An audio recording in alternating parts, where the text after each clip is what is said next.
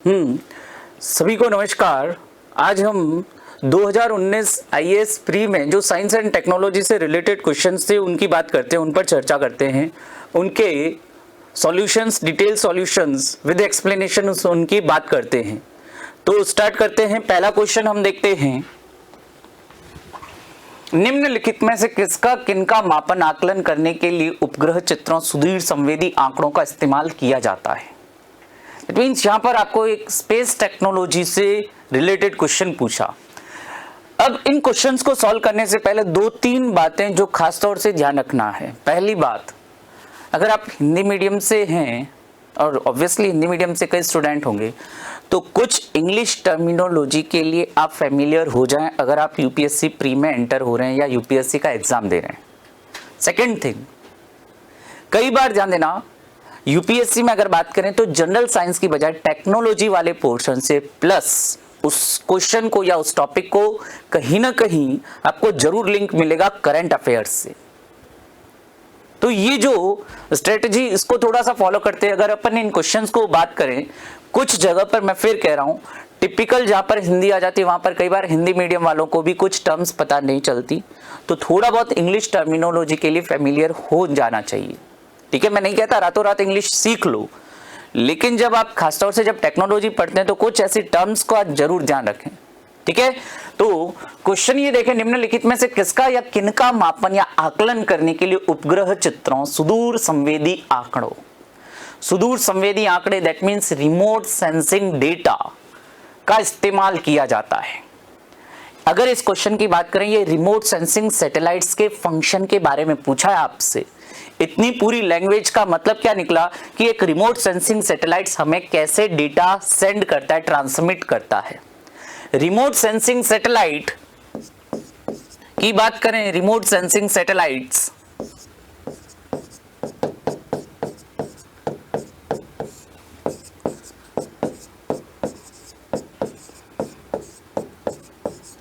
ये satellites normally ध्यान देना लोअर अर्थ ऑर्बिट यानी जो निम्न भूकक्षा होती है उसमें स्थापित किए जाते हैं।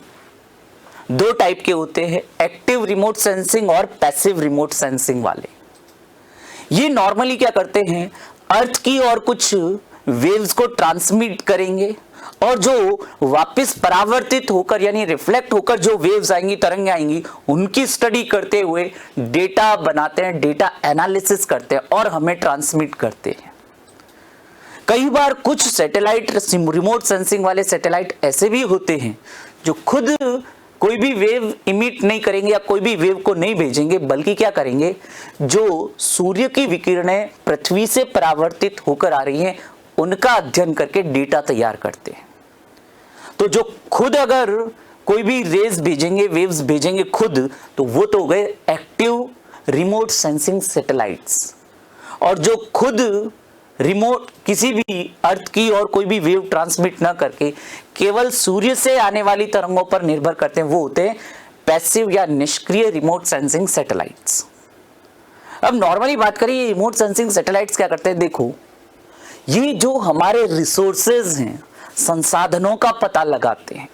दैट मीन्स अंडरग्राउंड यानी कोई जमीन के अंदर कोई भी मेटल है, कोई भी रेडियो एक्टिव पदार्थ है, कोई भी संसाधन है, चाहे भूगर्भीय जल का प्रवाह हो, यानी जमीन के नीचे अगर जैसे कोई नदी भी बह रही है उसका भी डेटा हमें भेज सकता है।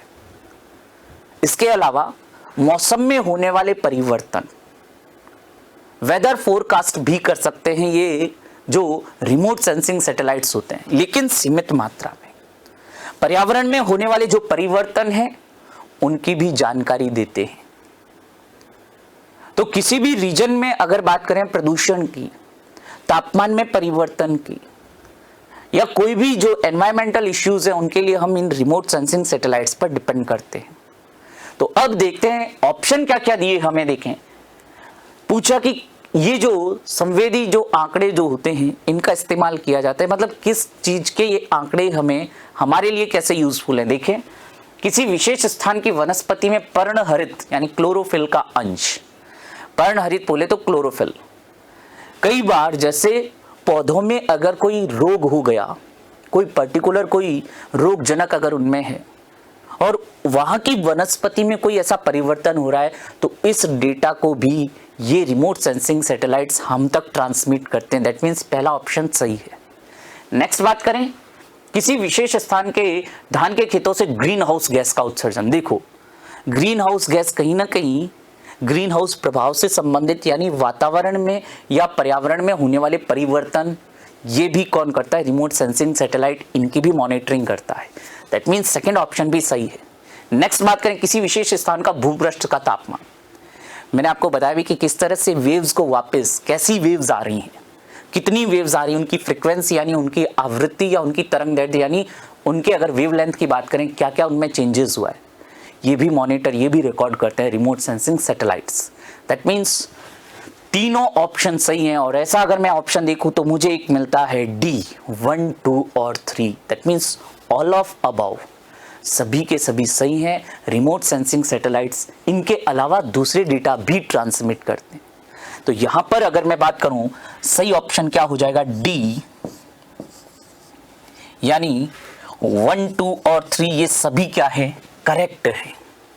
थोड़ा सा यहां पर कुछ एक जगह पर जैसे मैंने कहा ना टिपिकल हिंदी आई, तो उसके लिए हमें रेडी भी रहना पड़ेगा। नेक्स्ट क्वेश्चन देखते हैं। मनोरंजन हेतु डिजिटल प्रौद्योगिकियों के संदर्भ में निम्नलिखित कथनों पर विचार कीजिए। आपको कुछ स्टेटमेंट, अक्सर देखो यूपीएससी की ये क्वेश्चन पूछने का तरीका बहुत अच्छा है। आपको किसी भी सब्जेक्ट की या किसी भी टॉपिक की सुपरफिशियल नॉलेज से काम नहीं चलता, इन डेप्थ आपसे क्वेश्चन पूछा जाता है। प्लस कहीं ना कहीं वो करंट अफेयर से कहीं ना कहीं रिलेट हो सकता है। टेक्नोलॉजी में अगर मैं बात करूं तो यहां पर देखें, संवर्धित वास्तविकता, ऑगमेंटेड रियलिटी, ठीक है, में एक छद्म वातावरण सृजित हो जाता है और भौतिक संसार पूरी तरह बहिष्कृत हो जाता है। सेकेंड, आभासी वास्तविकता यानी वर्चुअल रियलिटी में कंप्यूटर द्वारा सर्जित प्रतिमाएं वास्तविक जीवन की वस्तुओं या परिवेशों पर प्रक्षेपित हो जाती हैं। AR यानी वापस फर्स्ट जो स्टेटमेंट में दिया था ऑगमेंटेड रियलिटी, AR व्यक्तियों को संसार में विद्यमान रहने देता है और स्मार्टफोन या PC के कैमरे का उपयोग कर अनुभव को उन्नत करता है। देखो, लैंग्वेज वाकई में देखा जाए तो लैंग्वेज बहुत टिपिकल लैंग्वेज थी, खासतौर से हिंदी मीडियम वालों के लिए। और लास्ट ऑप्शन क्या दिया है? स्टेटमेंट लास्ट क्या है? VR यानी वर्चुअल रियलिटी संसार को पृथक कर देता है और व्यक्ति को एक अलग धरातल पर ले जाकर उसे पूर्ण निमग्नता का अनुभव प्रदान करता है। उपयुक्त में से कौन सा या कौन से कथन सही हैं? AR और VR ये दो टेक्नोलॉजी के बारे में आपसे पूछा गया बेसिकली इस क्वेश्चन में। अगर थोड़ा सा भी अपन प्रेजेंस ऑफ माइंड रखें तो ऐसे क्वेश्चंस को कई बार हम सॉल्व भी कैसे कर सकते हैं। देखो, ऑगमेंटेड का मतलब क्या है? संवर्धित। ऑगमेंट अपन किसको करते हैं या संवर्धित किसको करते हैं? सुनना, ऑलरेडी हमारे पास कोई चीज है, उस पर मैंने किसी और चीज को ऐड कर दिया ताकि वो जो पहले वाली चीज थी उसकी कैपेसिटी में, उसकी क्षमता में वृद्धि हो गई, तो इसे हम ऑगमेंटेशन कहते हैं। दैट मीन्स ऑगमेंटेड रियलिटी, अगर इस शब्द की बात करूं, ऑगमेंटेड यानी पहले से कोई स्थित थी वस्तु और उस वस्तु के साथ मैंने किसी टेक्नोलॉजी का प्रयोग करके कोई नया फीचर डेवलप कर लिया। कैसे? देखो, आप लोगों ने जब ये जैसे 2019 में जब ये क्वेश्चन है, उस समय AR और VR का काफी चर्चा हो रही थी। जो आप अगर जैसे बात करें, एक गेम बहुत चर्चा में था आज से 2-3 साल पहले, 3-4 साल भी हो गए, पोकेमॉन गो के नाम से एक गेम आता था। उस गेम में क्या होता था, जैसे फॉर एग्जांपल मैंने पोकेमॉन गो जो गेम है डाउनलोड कर लिया, अब मैं उसको खेल रहा हूं। उस पोकेमॉन गो गेम को खेलते वक्त उसमें टारगेट क्या दिया होता कि आसपास ऐसे व्यक्तियों को ढूंढना होता जिनके मोबाइल में वो गेम है पोकेमॉन गो। अब उसमें मुझे मैप दिखाई देता रहेगा और मुझे पता चलता रहेगा मेरे आसपास कौन ऐसा व्यक्ति है जो पोकेमॉन गो खेल रहा है, और उस मैप पर चलते चलते चलते मुझे उस व्यक्ति तक पहुंचकर उसको अपने कैमरे से उसकी फोटो लेनी होती और वहीं पर मेरे पॉइंट्स बन जाते। अगर वो पहले मुझे क्लिक कर लेता अपने कैमरे से तो उसको पॉइंट मिल जाते। यानी इसमें हुआ क्या बेसिकली, देखो, ऑलरेडी हमारे पास एक टेक्नोलॉजी थी मोबाइल। उस मोबाइल के साथ हमने कैमरे, जीपीएस जैसे सिस्टम का प्रयोग करते हुए इस ऑलरेडी जो कोई टेक्नोलॉजी थी इसमें ऑगमेंटेशन कर दिया। या आप देखें आजकल जैसे जोमेटो से आप डिलीवरी करते हैं, खाना मंगवाते हैं, तो उसमें आप उसकी लाइव लोकेशन देख पाते हैं। यानी जो टेक्नोलॉजी है मोबाइल में प्लस जीपीएस प्लस वो जो आपके खाना लेकर आ रहा है डिलीवरी पर्सन, उसने भी वो जीपीएस ऑन कर रखा है, तो उसकी लाइव लोकेशन कहां कहां जा रहा है, कितने टाइम में आप तक पहुंचेगा। ये सभी ऑगमेंटेड रियलिटी के उदाहरण हैं। यानी ऑलरेडी कोई तकनीक थी, उसमें हमने किसी और तकनीक को जोड़ दिया। ऑगमेंटेशन कहते हैं इसको, संवर्धन कहते हैं। तो देखो पहला स्टेटमेंट क्या है, संवर्धित वास्तविकता में एक छद्म वातावरण सृजित हो जाता है और भौतिक संसार पूरी तरह बहिष्कृत नहीं हुआ है। भौतिक संसार से बाहर नहीं निकले हो आप, अभी भी वो गेम खेलते वक्त या अभी भी उस डिलीवरी पर्सन जो उसकी लाइव लोकेशन आप ट्रैक कर रहे हो, अभी भी आप भौतिक वातावरण यानी अपने मोबाइल वगैरह का यूज कर रहे हैं। तो इस ऑगमेंटेड रियलिटी से थर्ड स्टेटमेंट देखते हैं। एआर की बात अपन पहले कर रहे हैं। ऑगमेंटेड रियलिटी व्यक्तियों को संसार में विद्यमान रहने देता है। दैट मीन्स मैं यहीं पर हूं, मैं पोकेमॉन गो खेलता खेलता सड़क पर चलता चलता किसी और को ढूंढ रहा हूं, और स्मार्टफोन या पीसी के कैमरे का उपयोग कर अनुभव को उन्नत करता है। एग्जैक्टली वो पोकेमॉन गो बहुत अच्छा एग्जांपल है इस ऑगमेंटेड रियलिटी का। दैट मीन्स पहला स्टेटमेंट तो गलत है। दूसरा स्टेटमेंट यानी ये जो ऑगमेंटेड रियलिटी से सेकेंड स्टेटमेंट ये सही है। यानी 1 और 3 में से ये एक तो गलत हो गया, तीसरा ऑगमेंटेड रियलिटी का सही है। दूसरी तकनीक है वीआर, वर्चुअल रियलिटी। अभी रिसेंटली जैसे अपन बात करें, जैसे हमारे इंडिया में भी देखें, पर्टिकुलर कोई पॉलिटिकल पार्टी, उनके जो अध्यक्ष वगैरह हैं वो अपने कार्यकर्ताओं से वर्चुअल रैलियों के द्वारा मिल रहे हैं। वर्चुअल रैली नाम दिया उसको। उसमें क्या होता है भाई, हमें ऐसा लगता है कि मैं आपके सामने बैठकर आपसे संवाद कर रहा हूं, ऐसा लगता है उसमें, बाकी वाकई में मेरे सामने वो पर्सन है नहीं।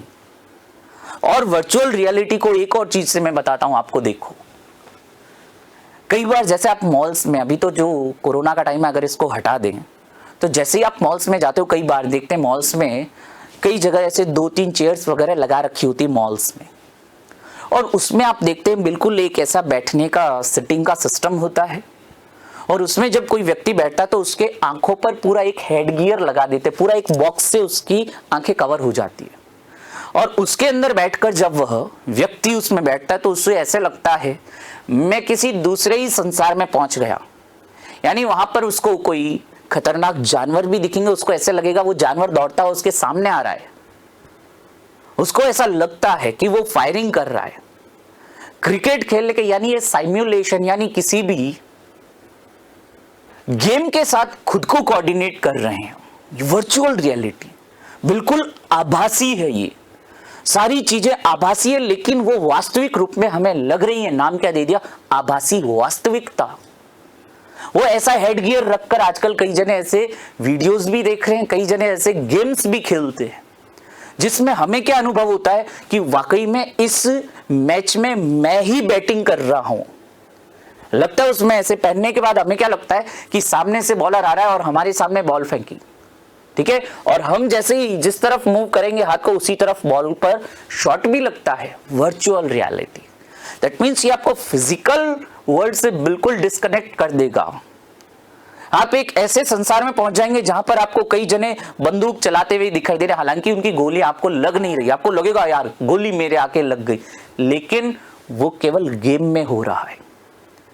तो बहुत अच्छा उदाहरण है एआर का, यानी ऑगमेंटेड रियलिटी में तो वो आ जाएगा पोकेमॉन गो, और वर्चुअल रियलिटी में जो आजकल गेम बहुत ज्यादा पॉपुलर हो रहा है पबजी, वो वर्चुअल रियलिटी में आ जाता है। यानी वर्चुअल रियलिटी में आप भौतिक संसार से बिल्कुल एक तरह से क्या हो जाएंगे, डिस्कनेक्ट हो जाएंगे, और उस गेम में घुस गए। आपने देखा भी होगा कई जने पबजी खेलते वक्त बातें करते रहते हैं, यानी उसी गेम में कोई दूसरा कैरेक्टर, उसका कोई फ्रेंड गेम जो खेल रहा है वो एक कैरेक्टर के रूप में है वहां पर, और उसको क्या लग रहा है ये कैरेक्टर मेरा दोस्त है, बाकी वाकई में वो होता नहीं, सब कुछ आभासी।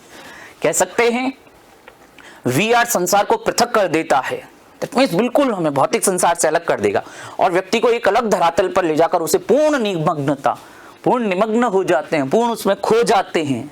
ठीक है, यानी ये भी सही है, ये वाला स्टेटमेंट भी सही है। सेकंड स्टेटमेंट जो वर्चुअल रियलिटी का हमने देखा, सेकंड ऑप्शन कि वर्चुअल रियलिटी में कंप्यूटर द्वारा सृजित प्रतिमा या वास्तविक जीवन की वस्तुओं या परिवेशों को प्रक्षेप नहीं, टोटली डिस्कनेक्शन है, यानी टोटल ही वो वर्चुअल वर्ल्ड ही अलग है, उसमें कोई ऐसे ग्राफिक्स या जो अभी वास्तविक जीवन वाले उनको कोई ओवरलैप नहीं कर रहा, प्रक्षेपित नहीं कर रहा।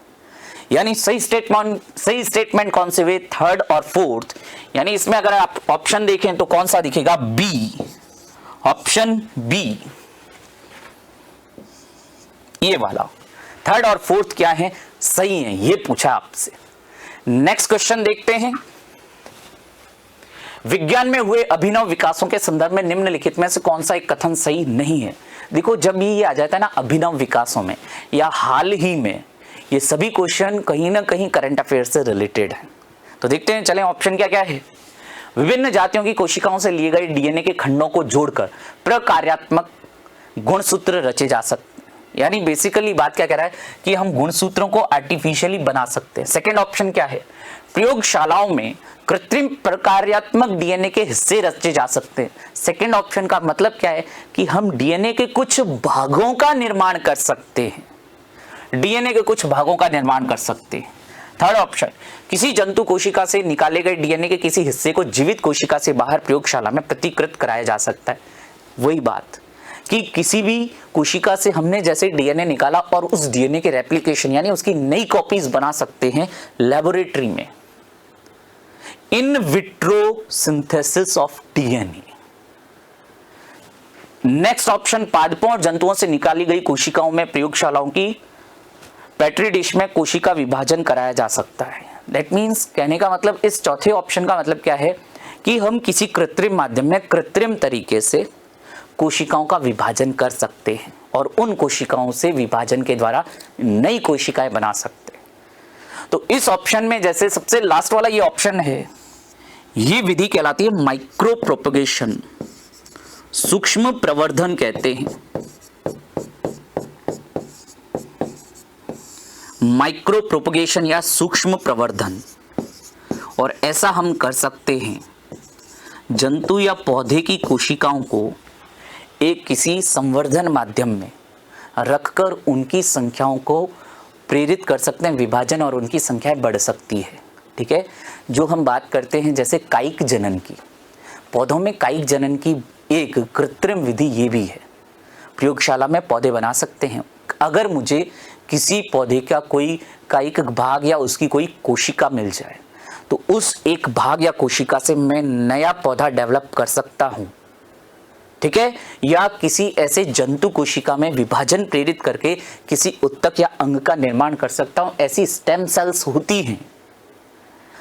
थर्ड ऑप्शन देखो कि निकाले गए किसी जंतु कोशिका से निकाले गए डीएनए के किसी हिस्से को जीवित कोशिका से बाहर प्रयोगशाला में रेप्लिकेट करवा सकते हैं। एग्जैक्टली डीएनए फिंगरप्रिंट में हम ये करते भी हैं, डीएनए फिंगरप्रिंट में ये प्रोसेस हम देखते भी हैं, होता है ये।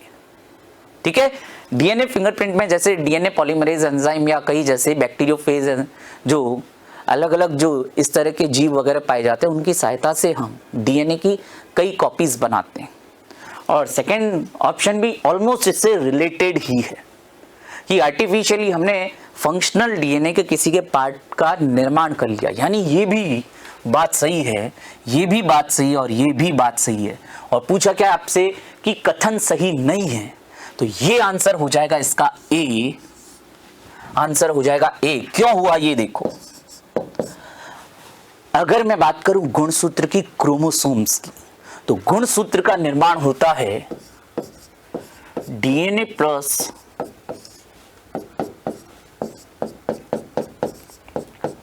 यूकैरियोटिक कोशिका की बात कर रहा हूं तो यहां आ जाएगा हिस्टोन प्रोटीन आ जाएगा। हम डीएनए के किसी हिस्से का तो निर्माण कर सकते हैं, पूरे गुणसूत्र का निर्माण नहीं कर सकते, अभी तक तो नहीं कर सकते। यानी किसी डीएनए के टुकड़े का निर्माण किया जा सकता है, पूरे गुणसूत्र का निर्माण नहीं कर सकते। तो आंसर क्या चला जाएगा ए, यानी गलत कथन पूछा है कि कौन सा सही नहीं है। ठीक है, देखते हैं नेक्स्ट क्वेश्चन। अच्छा, नेक्स्ट क्वेश्चन ये भी देखो एक चीज कि कहीं ना कहीं उस साल में यानी 2019 में जब ये पूछा गया, डिजिटल इंडिया प्रोग्राम बहुत ज़्यादा अपने ऐसे कह सकते चरम पर था।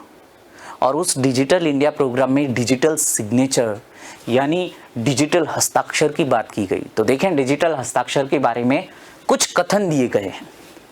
एक ऐसा इलेक्ट्रॉनिक अभिलेख है, कोड है एक तरह से, जो इसे जारी करने वाले प्रमाणन अधिकारी की पहचान करता है। सेकंड देखते हैं क्या स्टेटमेंट है, इंटरनेट पर सूचना या सर्वर तक पहुंच के लिए किसी व्यक्ति की पहचान के प्रमाण के रूप में प्रयुक्त होता है। ओके, नेक्स्ट देखते हैं, इलेक्ट्रॉनिक दस्तावेज पर हस्ताक्षर करने की एक इलेक्ट्रॉनिक पद्धति है और सुनिश्चित करता है कि मूल अंश अपरिवर्तित है। उपर्युक्त में से कौन सा या कौन से कथन सही हैं या सही है? उपरोक्त ध्यान देना, सारे के सारे कथन सही है। कैसे देखो, डिजिटल सिग्नेचर क्या है, एक छोटा सा उदाहरण दूं।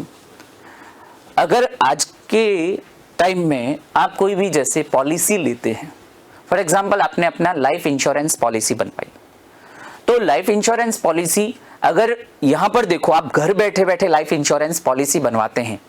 पहले क्या होता था, प्रॉपर मेडिकल होता था, अब आजकल टेलीफोनिक इंटरव्यू होता है।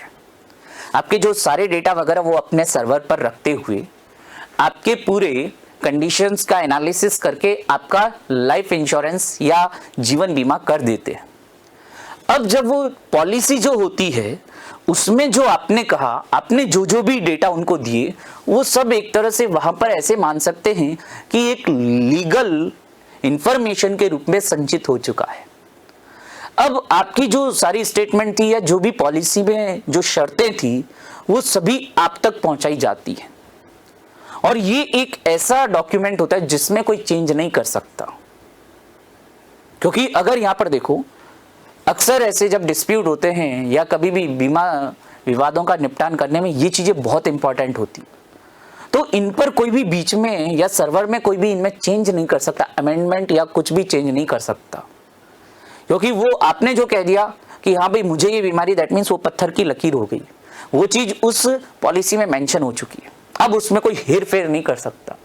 तो हेर फेर से बचाने के लिए ऐसे डिजिटली इनको क्या कर सकता है, एनकोडेड किया जाता है, सिक्योर किया जाता है, ताकि कोई और इसमें आकर इसमें कोई ऑल्टरेशन ना कर दे, चेंज ना कर दे। यानी डिजिटल सिग्नेचर का मतलब ये नॉर्मल एक सिग्नेचर नहीं है, एक ऐसे कोड के रूप में किसी भी ऐसे फाइल के पासवर्ड के जैसी एक पद्धति है जिसमें क्या किया जाता है, किसी भी डॉक्यूमेंट को सेफ या सिक्योर किया जाता है। फॉर एग्जाम्पल, मेरे पास उन्होंने मेरी पॉलिसी को मेल किया, तो जो कोड है या जो भी उसका पासवर्ड है वो केवल मुझे पता है, मैं उसको ओपन कर सकता हूं। तो एक तरह से उसको फाइल को ओपन करने के लिए मैंने जो पासवर्ड क्रिएट किया है वो ही पासवर्ड चलेगा उसमें। तो ये पासवर्ड से प्रोटेक्ट करना, फिंगरप्रिंट जैसे अपन देखते भी है ना, कई मोबाइल आ गए ऐसे फिंगरप्रिंट वाले, तो ये एक तरह से आपकी क्या है, इलेक्ट्रॉनिक आइडेंटिटी है। और ये सारे तीनों स्टेटमेंट, चाहे तो अधिकारी की पहचान करना, आइडेंटिफिकेशन, चाहे तो बात करें किसी भी अथॉरिटी प्रमाण के रूप में, मेरे पास अगर कोई ऐसा डॉक्यूमेंट आया तो उसका पासवर्ड मेरे पास है, मैं ही खोल सकता हूं। और देखिए, इलेक्ट्रॉनिक दस्तावेज पर हस्ताक्षर करने की इलेक्ट्रॉनिक पद्धति है। ठीक है, एक तरह से आपने उसको डॉक्यूमेंट को सिक्योर कर दिया है, कोई पासवर्ड या किसी भी इस तरह से की से आपने उसको क्या कर दिया है, सिक्योर या सुरक्षित कर दिया है। ये अपरिवर्तित रहेगा अब मूल अंश, यानी सारे के सारे स्टेटमेंट सही हैं डिजिटल सिग्नेचर के लिए। आंसर चला जाएगा डी। नेक्स्ट क्वेश्चन देखते हैं, परिधेय प्रौद्योगिकी। देखो आजकल कई बार यूपीएससी में हिंदी मीडियम में भी ये ब्रैकेट में वियरेबल टेक्नोलॉजी लिखा है, ऐसे देवनागरी लिपि में लिखा हुआ आ जाता है के संदर्भ में परिधेय उपकरणों द्वारा निम्नलिखित में से कौन सा कार्य या कौन से कार्य निष्पक्ष किया जा सकता है या किए जा सकते हैं। यानी इन शॉर्ट, वियरेबल टेक्नोलॉजी से जो हम चीजें जिनको हम धारण करते हैं वो क्या क्या कर सकती है, ये पूछा गया आपसे। तो इसमें अगर बात करें, ऑप्शन देखें क्या क्या है, किसी व्यक्ति का अवस्थान, लोकेशन का निर्धारण। नेक्स्ट, किसी व्यक्ति का निंद्रा मॉनिटरन, निंद्रा यानी कितना सोया है, स्लीप मॉनिटरिंग। श्रवण दोष युक्त व्यक्ति की सहायता, ऑडिश जिसे को किसी भी सुनने में या हियरिंग में कोई भी प्रॉब्लम है तो उसके भी कोई भी ऐसे इस तरह से सहायता करना। नीचे दिए गए कोड का प्रयोग कर सही उत्तर चुनिए। अब बात करता हूं वियरेबल टेक्नोलॉजी की। वियरेबल टेक्नोलॉजी जैसे सबसे अच्छा बात करें, आजकल ऐसी स्मार्ट वॉच आती है जिनको पहनते हो तो उसमें वो लिखा हुआ आ जाता है कि आज आप कितने कदम चले हैं, कितनी आपने तेज गति से कोई भी आपने दूरी तय की है, आपकी हार्ट बीट क्या है, आपकी बॉडी का टेम्परेचर कितना है। कई एडवांस्ड वियरेबल टेक्नोलॉजी बिल्कुल घड़ी के जैसा दिखाई देता है, बिल्कुल घड़ी के रूप में, और उसमें आपके पूरे हेल्थ से रिलेटेड डेटा आपको वो दिखाता रहता है। यहां तक कि आप कई एडवांस्ड मोबाइल ऐसे भी हैं, आप एक दिन में कितना चले हो कदम, कितने कदम चले वो कदम भी गिनकर बता देता आपको। यानी आपके हेल्थ से रिलेटेड, चाहे आपका बीपी हो गया, चाहे आपकी हार्ट रेट हो गई, चाहे आप कितना सोए हैं, सोने का मॉनिटरिंग कैसे करेगा। यानी अगर आपने उसको पहन के रखा है तो सोते समय आपकी हार्ट बीट, आपकी ब्रीदिंग रेट, आपकी बॉडी की पोजीशन कितनी देर तक स्टेबल रहे उसको वो निद्रा के रूप में काउंट कर लेता है। यानी आपकी लोकेशन बता सकता है, आपकी निद्रा की मॉनिटरिंग कर सकता है, और यहां तक कि हियरिंग प्रॉब्लम्स को भी उसमें भी एड यानी सहायता कर सकता है। यानी ऑप्शन क्या हो जाएगा, सभी सही हैं। पूछा है कि कौन से कार्य किए जा सकते हैं, यानी तीनों के तीनों कार्य करेगा। ऑप्शन क्या जाएगा सही, डी। चलिए नेक्स्ट क्वेश्चन देखते हैं। आरएनए अंतरक्षेप, यहां पर भी देखो ब्रैकेट में आरएनए इंटरफेरेंस दे दिया, हिंदी में लिखकर देवनागरी लिपि में। आरएनए इंटरफेरेंस प्रौद्योगिकी ने पिछले कुछ वर्षों में लोकप्रियता हासिल कर ली है, क्यों? आरएनए इंटरफेरेंस के द्वारा क्या कर सकते हैं हम, सुनना, किसी भी जीव का जो आनुवांशिक ढांचा है या आनुवांशिक जो उसकी संरचना है उसमें हम परिवर्तन कर सकते हैं। जैसे एग्जाम्पल दूं, किसी भी पौधे में मैंने एक ऐसा जीन या ऐसा कोई भी डीएनए डाल दिया जिसकी वजह से उसमें कोई नया गुण आ गया। आनुवांशिकतया रूपांतरित फसल जेनेटिकली मॉडिफाइड क्रॉप्स कहलाती है। यानी हम उसकी आनुवांशिक पदार्थों में, संरचना में परिवर्तन करके किसी नए गुण का या किसी नई क्वालिटी का विकास कर सकते हैं। तो अब देखते हैं क्या क्या इसने ऑप्शन दिया है। यह जीन अनअभिव्यक्तिकरण, जीन साइलेंसिंग रोगोपचारों के विकास में प्रयुक्त होता है। बिल्कुल कर सकते हैं। कई बार जैसे कुछ पौधों में किसी पर्टिकुलर जीन या पर्टिकुलर किसी डीएनए के खंड के कारण कोई रोग आ रहा है तो उसको हटा दो, केवल उस पार्ट को हटा दिया तो अब उस पौधे में वह रोग नहीं आता। यानी ये स्टेटमेंट भी सही है। सेकेंड स्टेटमेंट देखते हैं, इसे कैंसर की चिकित्सा में रोगोपचार विकसित करने हेतु प्रयुक्त किया जा सकता है। सही है। यानी ट्रीटमेंट के लिए, कैंसर जैसे रोगों के ट्रीटमेंट के लिए कि कई बार कैंसर ये कोशिका में दोषयुक्त जीन के कारण भी हो जाता है। तो ऐसे जो खराब भाग है डीएनए का या कोई भी इसका जो खराब भाग जिसके कारण कैंसर हो रहा उसको रिमूव कर दो। तो ये इंटरफेरेंस के द्वारा हम ऐसे जो जीन हटाकर या उनको एक तरह से क्या कर सकते हैं, साइलेंट कर देते हैं, जिससे कैंसर जैसा रोग उत्पन्न नहीं होगा। यानी सेकेंड स्टेटमेंट भी सही है। नेक्स्ट, इसे हार्मोन प्रतिस्थापन रोगोपचार विकसित करने हेतु प्रयुक्त किया जा सकता है। ध्यान देना, हार्मोन्स के निर्माण में अभी तक आरएनए इंटरफेरेंस का कोई भी योगदान या इस पद्धति से हम हार्मोन थेरेपी नहीं दे सकते। अभी तक जो हमारे पास, जैसे हार्मोन प्रतिस्थापन कब देखते हैं, जैसे किसी को डायबिटीज हो गया, डायबिटीज का कारण क्या हो सकता है, इंसुलिन की कमी। तो अब उसे इंसुलिन अगर चाहिए तो डायबिटीज वाले पेशेंट में हमें इंसुलिन के इंजेक्शन ही देने पड़ेंगे। यानी ये वाला स्टेटमेंट ये सही नहीं है, ये वाला स्टेटमेंट सही नहीं है। आगे देखते हैं चौथा, इसे ऐसी फसल पादपों को उगाने के लिए प्रयुक्त किया जा सकता है जो विषाणु यानी वायरस रोग जनकों के लिए प्रतिरोधी हो।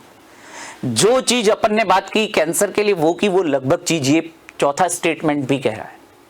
यानी ये पहला स्टेटमेंट सही, दूसरा सही और चौथा सही, ऐसा ऑप्शन मुझे केवल एक ही दिख रहा है, यानी ए ऑप्शन।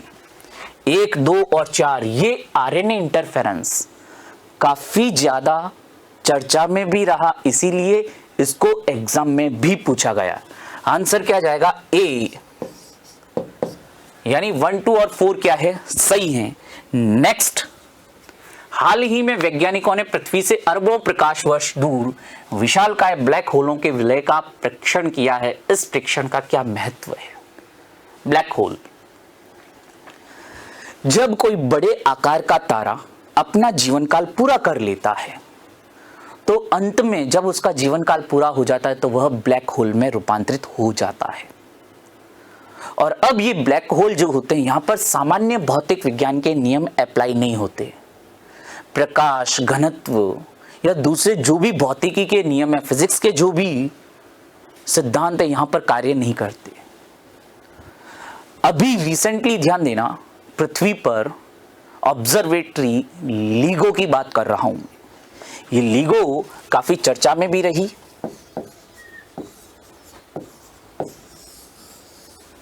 लेजर, पूरा नाम लेजर इंटरफेरोमीटर,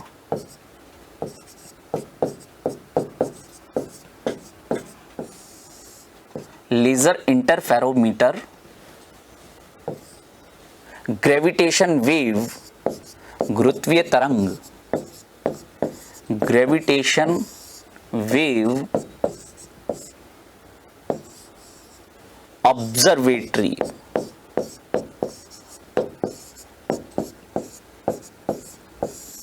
ये लीगो अमेरिका में स्थापित है। और इस लेबोरेटरी, बिल्कुल ऐसे मान सकते हैं लैब है, प्रयोगशाला है, जिसमें बहुत सालों के बाद इसमें गुरुत्वीय तरंगों का परीक्षण किया गया, ग्रेविटेशनल वेव्स, जिनके बारे में आइंस्टीन बताकर गए थे। और ये ग्रेविटेशनल वेव्स हमने अभी रिसेंटली इनके बारे में या इनको प्रेक्षित किया ऐसी ऑब्जर्वेटरी में। और एक और बात इंपॉर्टेंट, ये लीगो प्रोजेक्ट अमेरिका, उसकी जो इंडियन ब्रांच है यानी इंडिगो के नाम से महाराष्ट्र में लैब लगाई गई है, तो इसलिए इंडिया के रेफरेंस में इंपॉर्टेंट हो गया और क्वेश्चन बन गया।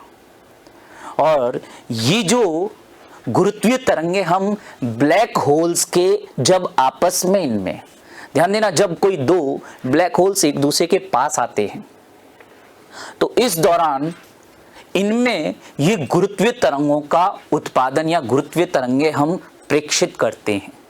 और वही गुरुत्वीय तरंगे हमने हमारी अर्थ पर स्थापित की गई ये ऑब्जर्वेटरी में भी देखी। तो जब ये अरबों वर्ष प्रकाश वर्ष दूर जब ये ब्लैक होल आपस में एक दूसरे के पास आते हैं, तब इनके आसपास हम गुरुत्वीय तरंगे, ग्रेविटेशनल वेव्स के बारे में हमने पता किया। तो आंसर इसका सही क्या होगा? ग्रेविटेशनल वेव्स यानी गुरुत्वीय तरंगों का विज्ञान हुआ। ऑप्शन सही जाएगा बी। बाकी हिग्स बोसोन, ये भी ध्यान देना, पिछले कुछ सालों में ही जो गॉड पार्टिकल की अवधारणा थी, सर्न प्रयोगशाला यूरोप में पृथ्वी के नीचे लार्ज हेड्रोन कोलाइडर के अंदर कई परमाणुीय कणों का उच्च वेग पर आपस में टकराकर हमने ये हिग्स बोसोन प्राप्त किया, वो अलग है।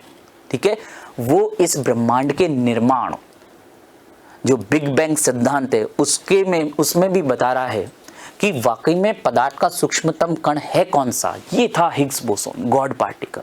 ठीक है, तो बाकी ये अलग है। गुरुत्वीय तरंगों से संबंधित ये ब्लैक होल्स के पास आने के दौरान हम ये गुरुत्वीय तरंगे देखते हैं। नेक्स्ट क्वेश्चन, निम्नलिखित में कौन से भारत में सूक्ष्म जैविक रोगजनकों में बहु औषध प्रतिरोध के होने के कारण है? अब इसमें भी एक बार थोड़ा सा इसका हिंदी टर्म्स देखें। बहु औषध प्रतिरोध, मल्टीपल ड्रग रेजिस्टेंस, और सबसे खतरनाक चीज भी है ये। आजकल क्या होता है, हम बिना सोचे समझे, थोड़ा भी बीमार हुए नहीं, डॉक्टर के पास जाएंगे नहीं, खुद ही डॉक्टर बनकर खुद ही क्या कर लेते हैं, एंटीबायोटिक्स लगातार ले लेते हैं, जबकि वाकई में हमें उस एंटीबायोटिक की जरूरत नहीं थी। लेकिन बार बार हम जब एंटीबायोटिक्स लेते हैं तो क्या होता है, देखो कि वह एंटीबायोटिक दवा हम पर या हमारे शरीर पर असर करना बंद कर देती है। यानी क्या हुआ, हमारे शरीर में उस दवाई के लिए क्या प्रतिरोध विकसित हो गया, या ऐसे कहें जो बैक्टीरिया या जो भी रोगजनक हमें इन्फेक्ट करते थे, उन्होंने क्या कर लिया, उस पर्टिकुलर दवाई के खिलाफ क्या कर ली, रोग प्रतिरोधक क्षमता या उसके खिलाफ खुद को सुरक्षित कर लिया। और ऐसा अपन देखते भी है। देखो, आज से करीब 10 साल पहले एमॉक्सिसिलिन एक बहुत अच्छी एंटीबायोटिक थी, लेकिन आजकल एमॉक्सिसिलिन कई लोगों पर असर करती ही नहीं है, क्योंकि उनके अंदर अब जो बैक्टीरिया उन्होंने क्या कर लिया, उस एमॉक्सिसिलिन से खुद को सुरक्षित कर लिया, खुद को। ये कहलाता है ड्रग रेजिस्टेंस। और जब ऐसी ड्रग रेजिस्टेंस या दवा प्रतिरोध कई दवाइयों के खिलाफ हो जाता है तो उसे कह सकते हैं मल्टीपल ड्रग रेजिस्टेंस। इसलिए बिना सोचे समझे एंटीबायोटिक्स नहीं खानी। चले ऑप्शन देखते हैं। कुछ व्यक्तियों में आनुवांशिक पूर्ववृत्ति, जेनेटिक प्रीडिस्पोजिशन होना। भैया आनुवांशिकी से निर्धारित नहीं हो रहा, ठीक है, आनुवांशिकी का इसमें कोई लेना देना नहीं। मैंने अभी ज्यादा दवाइयां खाई, इस वजह से मेरे अंदर या मुझ पर वो दवाइयों का असर नहीं हो रहा, यानी इसमें कोई जेनेटिक्स यानी माता पिता से कोई ऐसा लक्षण नहीं आता। नेक्स्ट बात करते हैं, रोगों के उपचार के लिए प्रतिजैविकों की गलत खुराक है। अब भी आपको बताया भी, बहुत ज्यादा जब आप ऐसे ओवरडोज अननेसेसरी ले लेते हैं तो आप में ये रेजिस्टेंस डेवलप हो जाता है, यानी ये बात सही है। नेक्स्ट, पशुधन फार्मिंग में प्रतिजैविकों का एग्जैक्टली वही बात है। जब हम जानवरों पर भी बहुत ज्यादा एंटीबायोटिक्स का यूज करते हैं और उनके उत्पादों का जब हम प्रयोग करते हैं, यानी किसी भी ऐसी गाय जिस पर हमने बहुत ज्यादा प्रतिजैविक एंटीबायोटिक्स का यूज किया, अब उसका दूध हम पिए तो हमारे अंदर भी ऐसी रेजिस्टेंस डेवलप हो जाती है, यानी हम पर भी दवाइयां असर करना बंद कर देती है। यानी ये भी सही है, एंटीबायोटिक्स का ओवरडोज अननेसेसरी यूज नहीं करना चाहिए। नेक्स्ट देखते हैं, कुछ व्यक्तियों में चिरकालिक रोगों की बहुलता का होना। चिरकालिक यानी क्रोनिक डिजीज, इधर लिख देता हूं, चिरकालिक रोग बोले तो क्रोनिक डिजीज।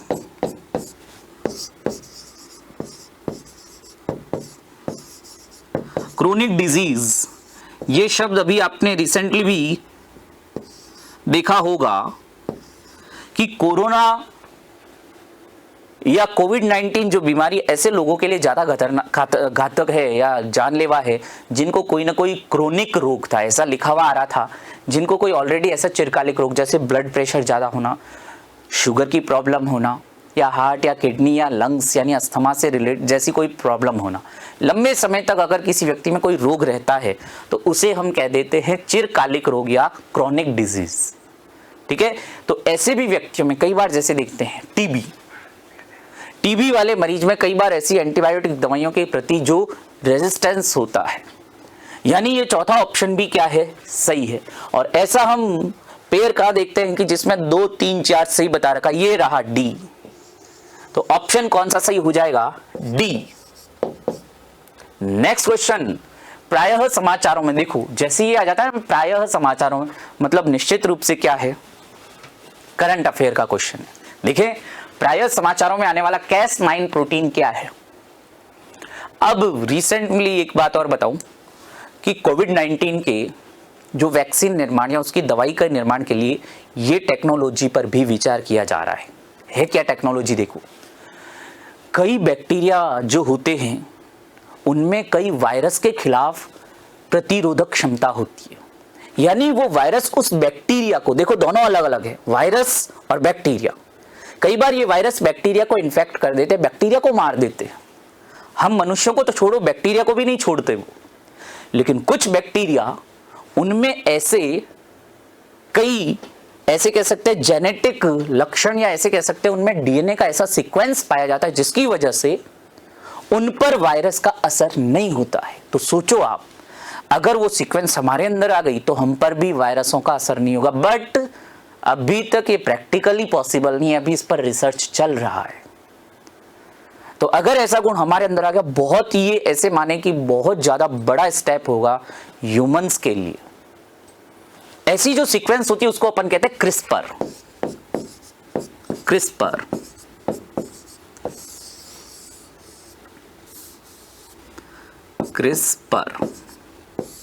पूरा नाम देखें, क्लस्टर्ड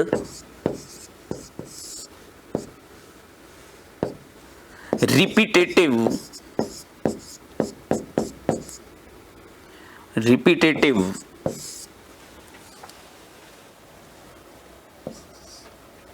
clustered repetitive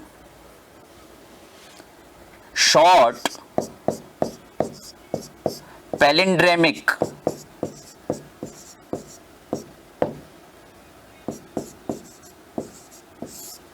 सॉरी इसका रिपीटेटिव बाद में आएगा, क्लस्टर्ड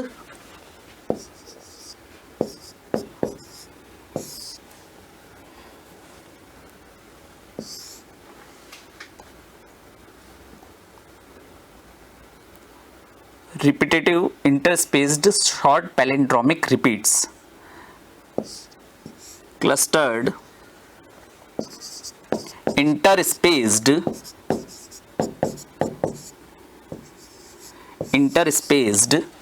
short palindromic repeats, ये है इसका पूरा नाम। यानी कई ऐसी छोटी छोटी रिपीट्स, यानी कई ऐसे मान सकते हैं क्रम है जो लगातार रिपीट हो रहा है, उनके ऐसे मान सकते हैं छोटे छोटे जीन्स हैं ऐसे, और ये अक्सर इनको Cas9 प्रोटीन के नाम से संबंधित या इसको संबोधित करते हैं। तो देखते हैं ये क्या है। लक्ष्य साधित जीन संपादन, टारगेट जीन एडिटिंग में प्रयुक्त आणविक कैंची, रोगियों में रोग जनकों की ठीक पहचान के लिए प्रयुक्त जैव संवेदक बायोसेंसर, एक जीन जो पादपों को पीड़क प्रतिरोधी बनाता है, आनुवांशिकतः रूपांतरित फसलों में संश्लेषित होने वाला एक शाकनाशी पदार्थ। अभी तक हमने कहाँ देखा इसको, बैक्टीरिया में, यानी ये फसलों में तो नहीं हो सकता, और देखें पादपों में भी नहीं है, ठीक है, बायोसेंसर नहीं है। तो अगला पहला ऑप्शन देखते हैं, लक्ष्य साधित जीन संपादन। मैंने कहा ना ये जीन एडिटिंग अगर हम ऐसे कर सकते हैं, ऐसा अगर जीन हमारे अंदर आ जाए तो हम क्या करेंगे, इस जीन की सहायता से उस पर्टिकुलर वायरस के खिलाफ हम क्या कर सकते हैं, रोग प्रतिरोधक क्षमता अर्जित कर सकते हैं। यानी सही ऑप्शन क्या हो जाएगा, ए, सही ऑप्शन क्या चला जाएगा, जीन एडिटिंग में इसका प्रयोग करते हैं। ठीक है, तो ये क्रिस्पर टेक्नोलॉजी भी काफी चर्चा में रही थी उस टाइम, न्यूज में काफी हाईलाइट रही थी, इसलिए क्वेश्चन भी बन गया। ठीक है, आगे नेक्स्ट क्वेश्चन, निम्नलिखित में कौन सा एक कथन सत्य नहीं है। देखते हैं क्या क्या है कथन। यकृत शोथ बोले तो हेपेटाइटिस, तो यकृत शोथ बी विषाणु काफी कुछ HIV की तरह ही संचारित होता है, सही है। दोनों हाईली इंफेक्शियस यानी अत्यधिक संक्रामक रोग हैं। ठीक है, लगभग दोनों का संचरण एक जैसे ही तरीकों से होता है। नेक्स्ट, यकृत शोथ सी यानी हेपेटाइटिस सी का टीका होता है, जबकि हेपेटाइटिस बी का कोई टीका नहीं होता, ये गलत बात है। हेपेटाइटिस बी और हेपेटाइटिस सी दोनों का वैक्सीन अवेलेबल है, रिकॉम्बिनेंट DNA टेक्नोलॉजी से तैयार किए हुए इनके वैक्सीन अवेलेबल है। हाँ, बाकी दूसरे और भी ऑप्शन देख लेते हैं कि हेपेटाइटिस बी और सी विषाणुओं से संक्रमित व्यक्तियों की संख्या HIV से संक्रमित लोगों की संख्या से कई गुना अधिक है, सही बात। हेपेटाइटिस एड्स की तुलना में ज्यादा संक्रामक है, इसलिए इसके रोगी भी क्या हैं, ज्यादा हैं। और देखते हैं हेपेटाइटिस बी और सी विषाणुओं से संक्रमित कुछ व्यक्तियों में अनेक वर्षों तक इसके लक्षण नहीं दिखाई देते, ये भी सही है।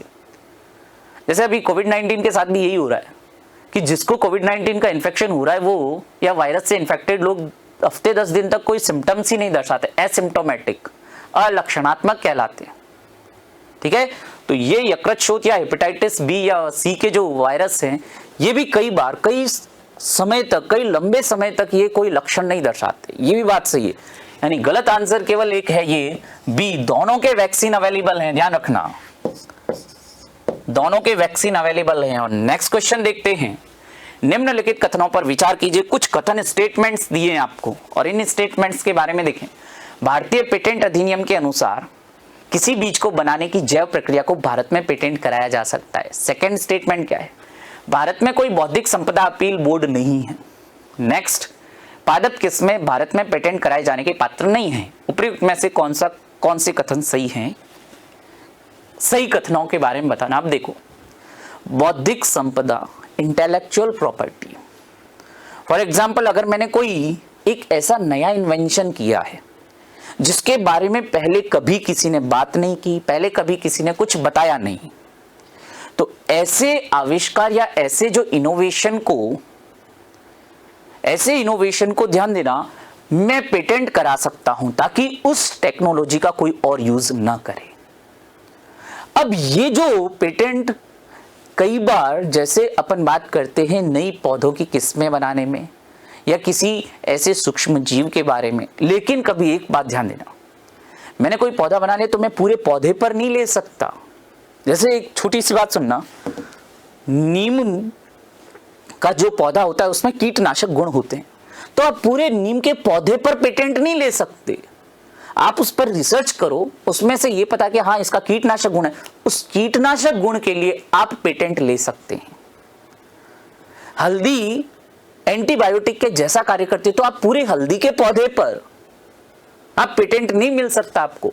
हाँ, उसके जो आपने यूज एंटीबायोटिक के रूप में जो आप यूज करते हैं उसके लिए पेटेंट करा सकते हो। और ये ऐसा जो पेटेंट अधिनियम 1970 बाद में लगातार अमेंडमेंट भी हुए, संशोधन भी होते रहे, और 2003 में ऐसी एक संस्था का निर्माण किया गया जो कि बौद्धिक संपदा अधिकार यानी जो इंटेलेक्चुअल प्रॉपर्टी राइट्स जो हैं उससे संबंधित अगर कोई आपके अधिकारों का हनन करता है तो वहां आप अपील कर सकते हैं। जैसे आपने पेटेंट करा लिया और उस पेटेंट के बाद भी कोई दूसरा उस टेक्नोलॉजी का एक तरह से मिसयूज कर रहा है आपकी परमिशन के बिना। आप जब पेटेंट लेते हैं तो आप तो क्या हो सकते हैं, एक तरह से एकाधिकार आ जाता है आपके पास। आप जिसको परमिशन देंगे केवल वही उस टेक्नोलॉजी का यूज कर पाएगा। अगर कोई दूसरा करता है आपकी परमिशन के बिना तो आप उसके खिलाफ कार्यवाही कर सकते हैं, अपील कर सकते हैं। कहां पर? बौद्धिक संपदा अपील बोर्ड में 2003 में स्थापित किया गया। यानी अपील बोर्ड हमारे यहां है, यानी ये ऑप्शन तो गया गलत। अब देखें ऊपर पहला ऑप्शन क्या है, भारतीय पेटेंट अधिनियम के अनुसार किसी बीज को बनाने की जैव प्रक्रिया को भारत में पेटेंट कराया जा सकता नहीं। पूरे बीज या पौधे पर या किसी जीव पर कभी पेटेंट नहीं मिलता है, उसके किसी विशेष लक्षण पर आपको पेटेंट दिया जा सकता है। यानी ये भी ऑप्शन तो ये भी क्या है, गलत है। थर्ड ऑप्शन देखें, पादप किस्में भारत में पेटेंट कराए जाने के पात्र नहीं। एग्जैक्टली ये बात सही है। आप ऐसे नहीं कि पूरी किस्म को ही पेटेंट करा लो, ये नहीं कर सकते। यानी केवल ऑप्शन हम क्या देखते हैं, केवल ये एक ही हमें दिखाई दे रहा है कि केवल तीसरा सही है, और ऐसा ऑप्शन हमें किस में दिखाई दिया, केवल सी में। तो ये कुछ आपके क्वेश्चन अलग अलग टेक्नोलॉजी में। इसमें देखते हैं अगला एक और क्वेश्चन, संचार प्रौद्योगिकियों के संदर्भ में एलटी लॉन्ग टर्म इवोल्यूशन और VoLTE voice over long term evolution के बीच क्या अंतर है। अगर आप 4G फोन यूज करते हैं तो उसमें ऐसे देखते हैं, ऐसे जैसे नेटवर्क बना रहता है इस तरह से कि नेटवर्क के कितने डंडे आ रहे हैं देखते हैं ना अपन, और इस पर लिखा हुआ रहता है कई बार वोल्टी, या कई बार ऐसे देखते हैं एलटी लिखा हुआ आता है।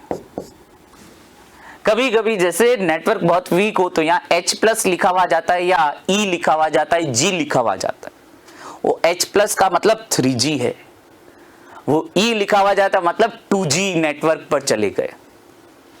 4G यानी बहुत एडवांस है, जहां पर इंटरनेट की बहुत ज्यादा तेज स्पीड है, डाटा आपको अवेलेबल मिलता है। 3G में भी देखो डाटा स्पीड तो 3G में भी ठीक ठाक थी, हालांकि 4G तो बहुत स्पीड तेज है, लेकिन 3G में एक सबसे बड़ी प्रॉब्लम क्या आ रही थी, और वही हमने 4G में भी स्टार्टिंग में जो 4G की प्रारंभिक पीढ़ी थी वो थी ये LT long term evolution. 4G का भी उसमें देखते हैं कि 4G की प्रारंभिक जो अपन ने अवस्था देखी वो क्या थी, LT लॉन्ग टर्म इवोल्यूशन। लेकिन यहाँ पर भी एक दिक्कत आ रही थी, क्या होता था कि जब आप डाउनलोडिंग कर रहे होते थे उस टाइम अगर कोई कॉल आ जाता था तो डाउनलोडिंग वहीं रुक जाती थी। लेकिन अब VoLTE voice over long term evolution 4G network पर आप जब बात भी करते हैं तो आपकी बात वो डेटा यूज होता है, उसमें भी डेटा कंजम्पशन होता है।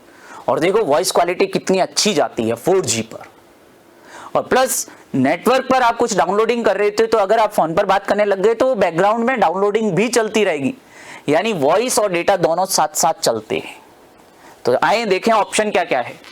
LT को साधारणतः 3G के रूप में विपणित किया जाता है तथा वोल्टी को साधारणतः उन्नत 3G, नहीं भाई ये 3G के नहीं, ये 4G के वर्जन है, यानी पहला ऑप्शन तो यहीं पर गलत हो गया। नेक्स्ट, LT डेटा ओनली तकनीक है और वोल्टी वॉइस ओनली तकनीक है।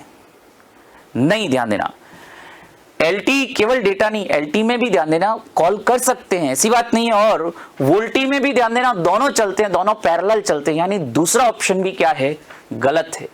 तो क्या कहा कि क्या अंतर है, दो ऑप्शन दिए, और क्या कहा कि नीचे दिए गए कोड का प्रयोग कर सही उत्तर चुनिए, यानी इन दोनों में से सही कौन सा है। तो ना तो पहला सही है ना ही दूसरा सही है, यानी ये आपका ऑप्शन कौन सा है? डी है। यानी ये आपके आंसर क्या गया कि दोनों ही क्या हैं? गलत हैं। तो ये आपके जनरल साइंस एंड टेक्नोलॉजी के 2019 के आईएएस प्री में आए हुए कुछ क्वेश्चंस थे जिनका हमने सॉल्यूशन और एक्सप्लेनेशन दोनों देखा। Thank you very much.